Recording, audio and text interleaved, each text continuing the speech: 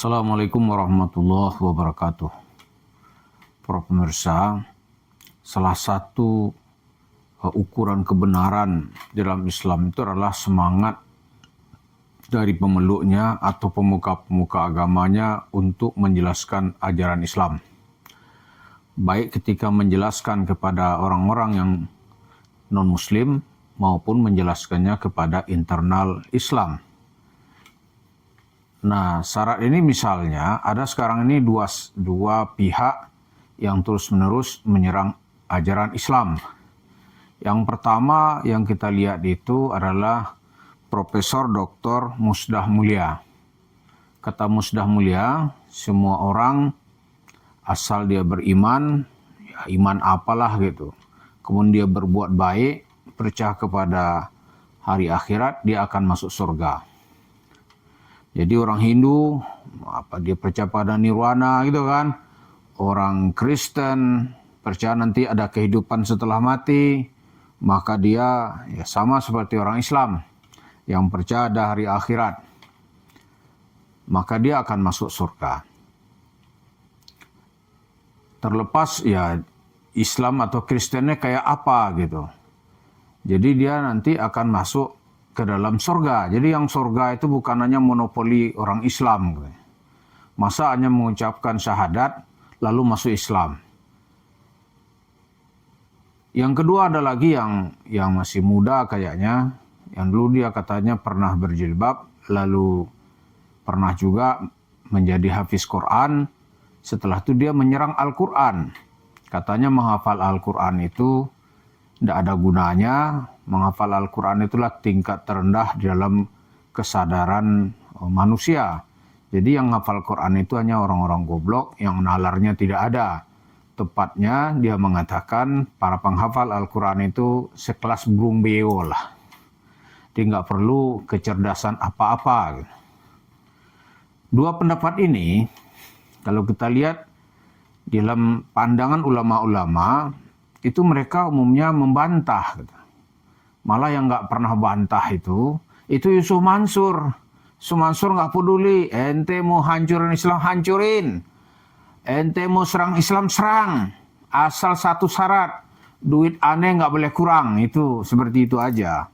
Jadi dia menjual cerita Islam supaya pemasukan duitnya tetap ada. Pertama, karena forum kita ini juga menjelaskan Islam dari kesemena-menangan orang-orang yang menafsirkannya sehingga merusak ajaran Islam. Kita sampai saat ini dan insya Allah seterusnya berkeyakinan bahwa agama satu-satunya di sisi Allah itu adalah Islam. Lalu di luar Islam itu dianggap tidak masuk ke dalam kelompok ahli surganya Allah gitu. Pandangan kita ini berdasarkan ya firman Allah di dalam surat Al-Bayyinah. Allah telah membantah klaim-klaim orang itu bahwa semua orang masuk surga. A'udzubillahi minasyaitonirrajim. Bismillahirrahmanirrahim. Innal ladzina kafaru min ahlil kitab. Sesungguhnya orang-orang kafir dari kalangan ahlil kitab. Ya orang kafir itu maksudnya ya ahlil kitab itu wal musyrikin dan orang-orang musyrik fi nari jahannam khalidina fiha.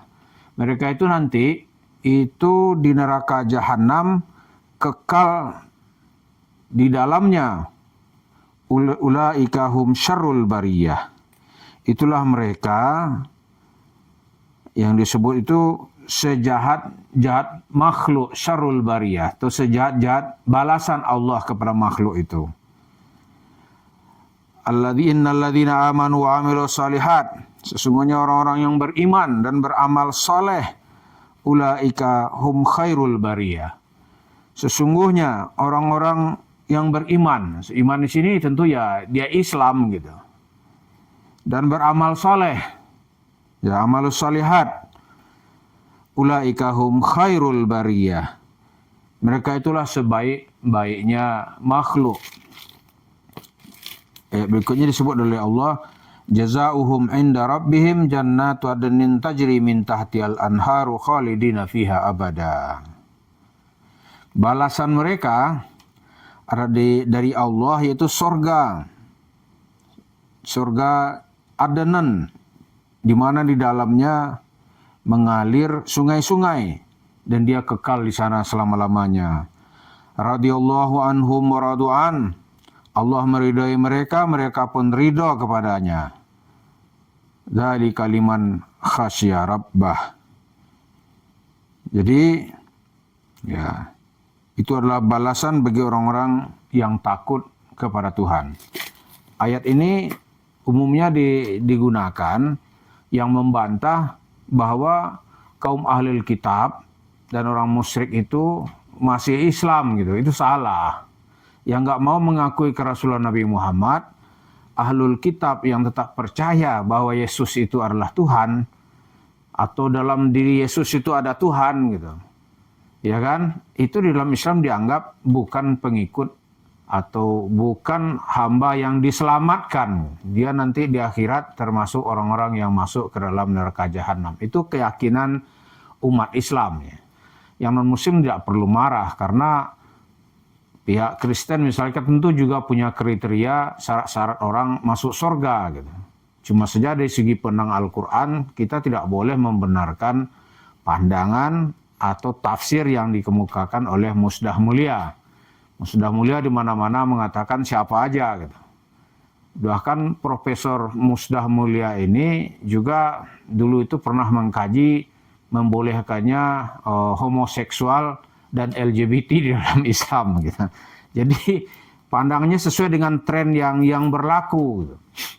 Tapi sekarang dengan kemenangan Donald Trump, dia nggak mungkin lagi menafsirkan ayat-ayat seperti itu. Karena di Amerika sendiri sekarang aja mengakui hanya ada 2 jenis kelamin. Laki-laki atau perempuan. Nggak ada di antara keduanya.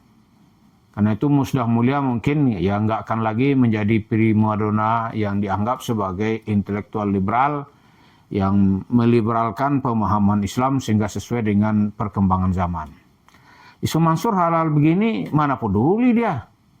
Aneh nggak ada urusan, dia bilang nggak ada urusan itu. Nggak ada urusan. Mau hancur, mau diserang, serang aja. Bilang gitu aja dia. Yang penting aneh mendekatkan rezeki orang. Hajat-hajat akan dicepatkan. Itu aja dia. Maka orang di malam Jumat datang ke tempat dia, ya hiburannya, rezekinya akan dicepatkan. Lalu yang jantungnya itu ditusuk oleh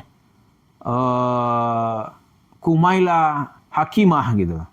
Ya kan? Kumaila Hakimah itu menyerang ya seperti tadi itu Isu Mansur kan penganjur. Bahkan dia punya rumah tahfiz Quran kan. Darul Quran gitu. Yang dengan ngibul-ngibulnya ya katanya punya 9.000. Itu diserang, masa diam aja gitu. Orang mengatakan cerita tahfiz itu omong kosong ya. Kalau saya nih produk saya diserang orang ya dia harus membela. Tapi karena memang Yusuf Mansur tujuannya bukan membela Al-Quran. Tujuannya itu adalah bagaimana mendapatkan uang dari Al-Quran. Di cerita rumah tahfiz itu hanya sebagai kuda Troya, kambing hitam untuk menjual cerita Al-Quran. Jadi orang-orang penghafal Al-Quran itu jadi jualan Yusuf Mansur supaya dia dapat duit. Nah dari duit itu nanti cerita ngibulnya belum berakhir. Dia cerita lagi membangun warung steak and shake. Dari warung steak and shake itu nanti dia ngibul lagi. Aneh membayar makan santri. Wah per hari.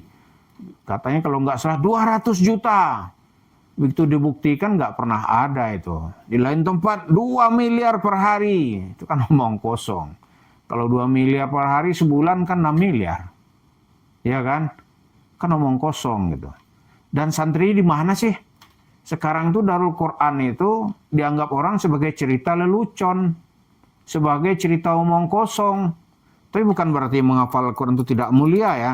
Tapi ya, di tangan Yusuf Mansur itu dia menjadi sesuatu barang lucu-lucuan gitu.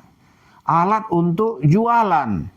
Untuk menipu masyarakat biar bersedekah. Jadi adalah alasnya lah ya. Alas cerita lah. Nah di tengah cerita itu nanti dibumbu-bumbui dengan cerita-cerita kurafat. Cerita yang nggak ada dasar. Yang nggak logik. Itulah Yusuf Mansur. Jadi dari cerita-cerita ini kita lihat serangan dari mana-mana, dia nggak peduli itu. Misalnya dari kaum liberal, katakanlah gitu ya. Kaum liberal itu ya menyerang prinsip-prinsip syariat Islam. Mestinya dia bela, kan gitu. Ini enggak, dia nggak mau bela.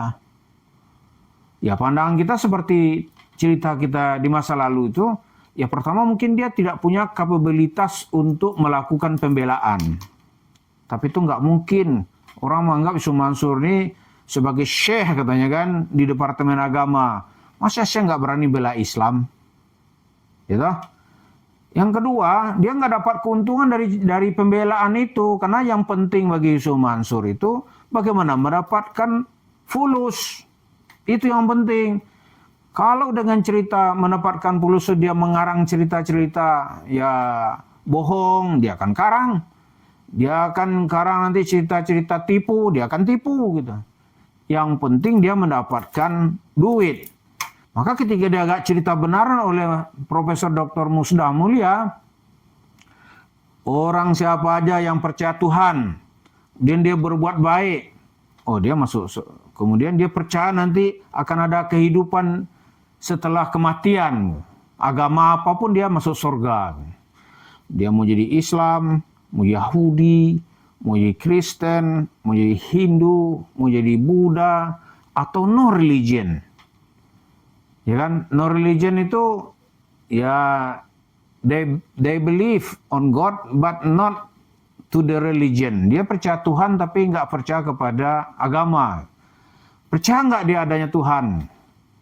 Ya asal percaya sih boleh aja. Nah di sini kita pasti ini dibantah oleh ulama-ulama semuanya. Kalau hanya asal percaya, iblis juga percaya kepada Tuhan. Benar nggak? Tapi dia kan tidak patuh kepada perintah Tuhan.